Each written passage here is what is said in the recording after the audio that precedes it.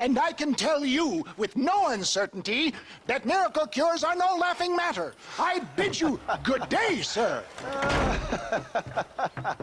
Oh, Mr. Marston, good to see you. How have you been keeping? I'm well, Mr. Mr. West Dickens. Nigel West Dickens of Eastcheap, London, New Waverly, New York, and Armadillo, New Austin. At your service. At my service. At everyone's service. At the service of science, of knowledge, of life. How are your wounds? Much, much better. But then they would be. Would be... I know a cure for all ailments, Mr. Marston. Ah, I'm sure you do.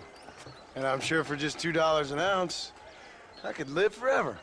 Oh, but for you, sir, I'd do a bulk discount rate of $1.95 an ounce, as long as you buy 100 ounces or more. That's a lot of immortality. Give it up, old man. That's Mr. West Dickens to you, boy. Give it up, old man. Listen, Marston, I'm broke, but this stuff is good. It works. I need a healthy young man like you. Come along, let's ride over to my newest customer at Ridgewood, and I'll explain while we go. Okay. All right, John, let us make haste for Ridgewood Farm.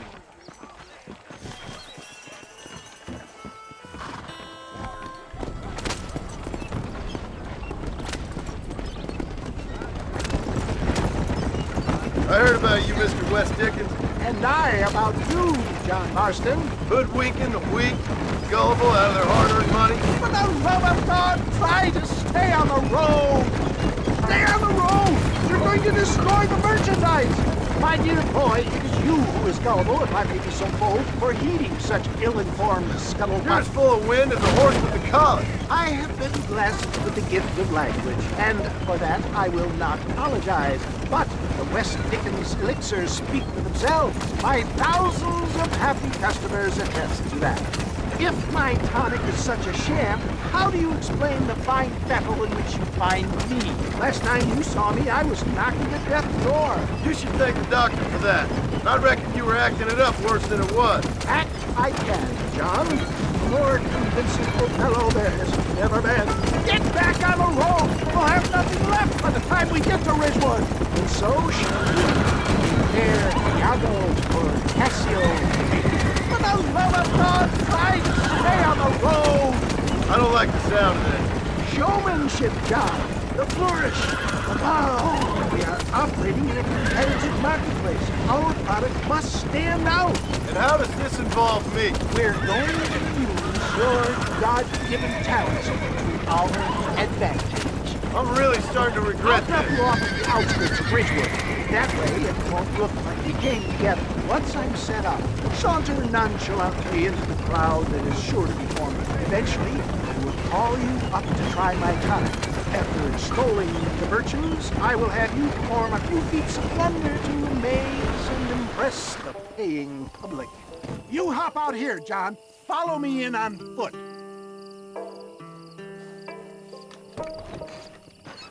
I'll see you there. Be ready to enchant the crowd.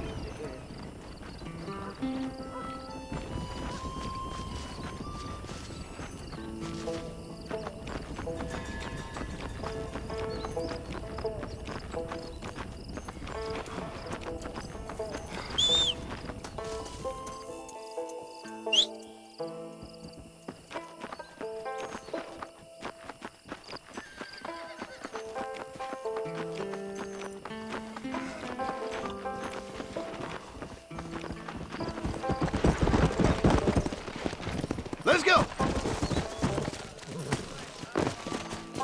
Oh, I see. Friends, hard-working souls of Cholla Springs, gather round, gather round.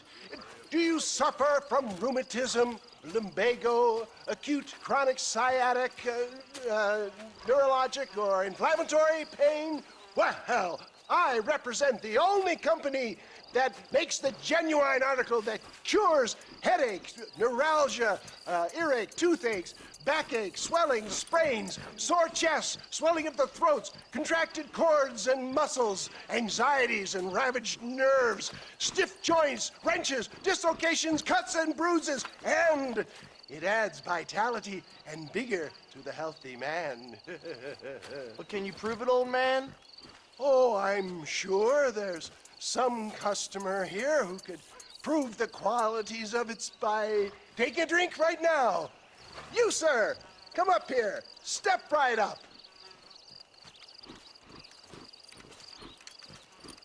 That's the spirit. Ladies and gentlemen, pay close attention. This poor, wretched volunteer, entirely unknown to me, will demonstrate the effects of Dr. West Dickens' own patent tonic. Be you a cowpoke or athlete, this miraculous elixir developed with the wisdom of the East keeps the muscles supple and relaxes the cords. It loosens the joints and gives a feeling of youth and vigor to the whole system. Not possible, I hear you say. Well, doubt no longer. Faith can move mountains, but I ask not for faith. I am a man of science, and today science will be vindicated. Your eyesight is greatly improved. Is that not so, friend? If you say so. That's right, it is. You heard him. What a good sport you are, sir. Now, gaze over yonder at that porch. If you squint, you may just be able to make out the skull that's hanging there. Go ahead, friend. Shoot that skull and demonstrate the miraculous eyesight you now possess.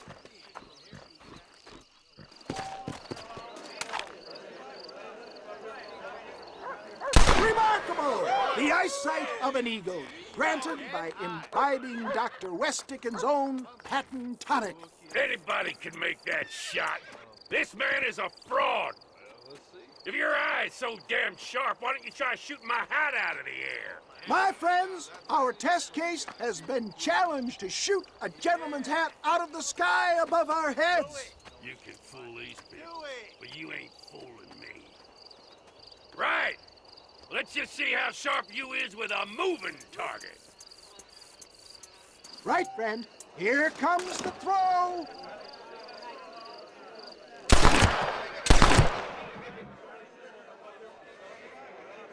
Go home!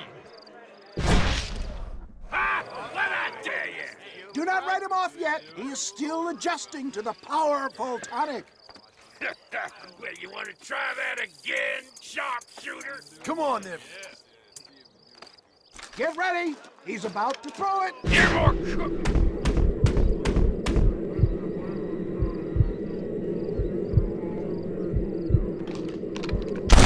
Have you ever seen such an eye? Behold the power of the elixir plucked out of the sky. Hey!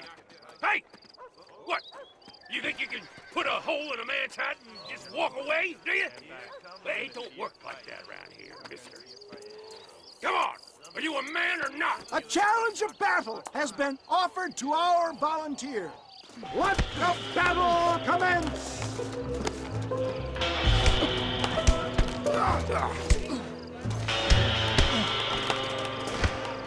Tell me where you want it. The power of an ox! Come on, show me something. After I win, I mess think with you me. like a girl. Hit me, pal. Hit me. There it is, skeptics and dissenters, irrefutable proof. Do not let this opportunity pass you by. Look, he's over there. Go get This ends now. Watch out, he's got a gun. Who the hell do you think you are? You ain't leaving here alive.